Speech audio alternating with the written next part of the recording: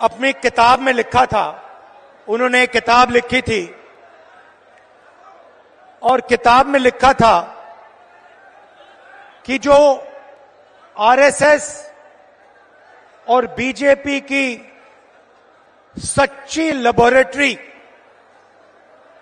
मतलब सच्चा कारखाना गुजरात में नहीं है मगर मध्य प्रदेश में 15 लाख रुपए की रिश्वत देनी पड़ती है। मगर ये लोग वहां नहीं रुकते। बीजेपी की लेबोरेटरी में 18 साल में 18,000 किसानों ने आत्महत्या की है। हर रोज 3 किसान बीजेपी की लेबोरेटरी में आत्महत्या कर डालते हैं। जंगल पर आपका सबसे पहला हक बनता है, यह है इसका मतलब।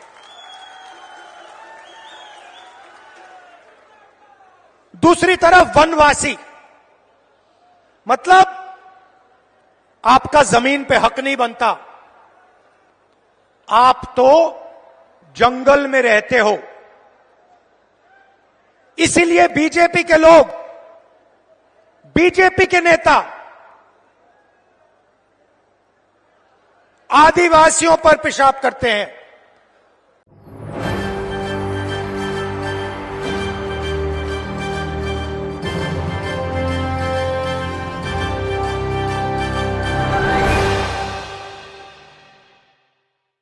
कमलेश्वर पटेल जी,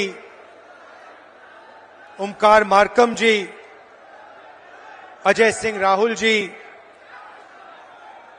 अरुण यादव जी, स्टेज पे कांग्रेस पार्टी के सब वरिष्ठ नेता, हमारे प्यारे कार्यकर्ता, भाइयों और बहनों, प्रेस के हमारे मित्रों, आप सबका यहां बहुत बहुत स्वागत। गर्मी में आप आए, दूर दूर से आए, इसके लिए मैं आपका दिल से धन्यवाद करता हूं।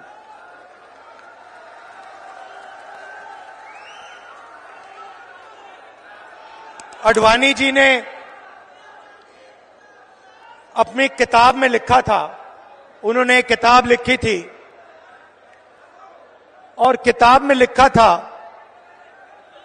कि जो आरएसएस और बीजेपी की सच्ची लेबोरेटरी, मतलब सच्चा कारखाना गुजरात में नहीं है मगर मध्य प्रदेश में है, ये उनका कहना था। तो जब मैं इस भाषण की तैयारी कर रहा था तो मैंने सोचा, आडवाणी जी ने कहा था कि मध्य प्रदेश उनकी लेबोरेटरी है, उनका कारखाना है, तो चलो देखते हैं आरएसएस और बीजेपी की लेबोरेटरी में, कारखाने में ये क्या क्या काम कर रहे हैं। 2-3 उदाहरण आपको देना चाहता हूं। बीजेपी की लेबोरेटरी में मरे हुए लोगों का इलाज किया जाता है और उनका पैसा चोरी किया जाता है। हिंदुस्तान के किसी और प्रदेश में मरे हुए लोगों का इलाज नहीं होता है, मध्य प्रदेश में मरे हुए लोगों का इलाज होता है और पैसा चोरी किया जाता है।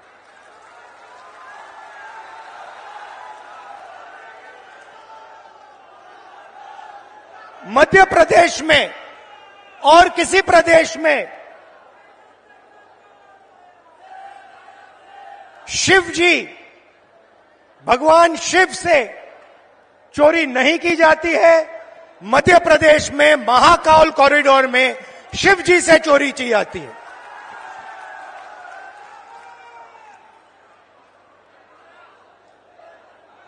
बच्चों के जो स्कूल यूनिफॉर्म होती है, उनका मिड डे मील का भोजन का पैसा होता है, वो बीजेपी लेबोरेटरी में उनसे चोरी की जाती है। मध्य प्रदेश के भविष्य से, छोटे छोटे बच्चों से चोरी की जाती है। व्यापम में 1 करोड़ युवाओं के भविष्य को बर्बाद किया जाता है। 40 लोगों की हत्या हो जाती है। एमबीबीएस की सीट बिक जाती है और पटवारी बनने के लिए 15 लाख रुपए की रिश्वत देनी पड़ती है। मगर ये लोग वहां नहीं रुकते। बीजेपी की लेबोरेटरी में 18 साल में 18,000 किसानों ने आत्महत्या की है। हर रोज 3 किसान बीजेपी की लेबोरेटरी में आत्महत्या कर डालते हैं। मंदसौर में बीजेपी की लेबोरेटरी में को गोली मारी जाती है पे 18% और पेस्टिसाइड पे 12% जीएसटी लग जाती है। ठहरिए, बीजेपी की लेबोरेटरी में हर रोज महिलाओं का बलात्कार होता है। 12 साल की में रेप होता है।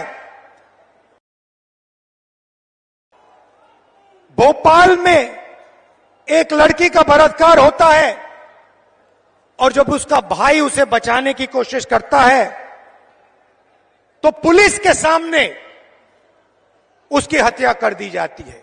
ये बीजेपी आरएसएस की लेबोरेटरी का काम। 45 सिलेंडर 11 और जहां भी देखो वहां पे प्राइवेटाइजेशन और कॉन्ट्रैक्टलाइजेशन किया जा रहा है। यह काम बीजेपी की लेबोरेटरी में आपके सामने किया जाता है। बीजेपी के लेबोरेटरी में आदिवासी जिला है। बीजेपी के नेता आदिवासियों के ऊपर पेशाब करते हैं।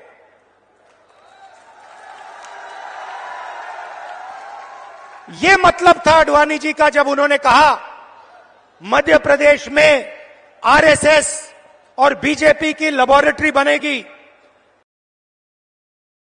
को करके दिखाया है। आदिवासियों के बीच आया हूं तो आपके बारे में थोड़ा कहना चाहता हूं। देखिए, शब्द बहुत जरूरी होते हैं। जब कमलनाथ जी भाषण देते हैं, हमारे नेता भाषण देते हैं, सोनिया भाषण देते थे, मैं भाषण देता हूं, ऐसी शब्द का प्रयोग करते हैं। आपने हमारे मुंह से कभी वनवासी शब्द सुना है? आदिवासी शब्द बीच में फर्क क्या है? आदिवासी शब्द का मतलब हिंदुस्तान के वासी जो यहां पहले आए थे। आदिवासी शब्द का मतलब जब पहले हिंदुस्तान आया, पहले लोग जो यहां रहते थे, जो इस जमीन के मालिक थे, उनको हम आदिवासी कहते हैं। मतलब यह कोई खोखला शब्द नहीं है। इसका मतलब हिंदुस्तान की जमीन, जल, जंगल पर आपका सबसे पहला हक बनता है। यह है इसका मतलब।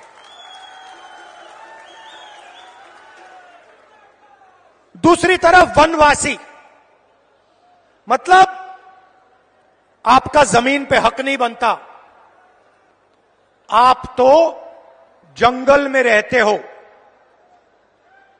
इसीलिए बीजेपी के लोग, बीजेपी के नेता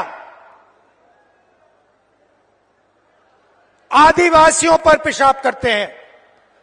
और जब कोविड का समय आता है तो जो जानवर को भी खिलाया नहीं जा सकता वो मध्य प्रदेश के आदिवासियों को खिलाने की कोशिश करते हैं।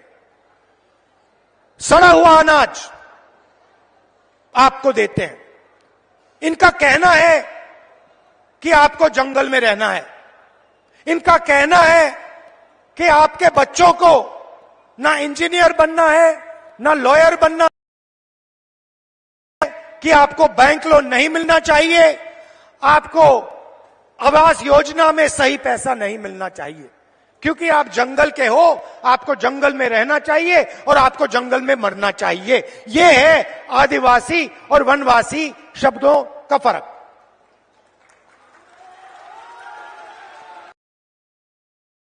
साफ है,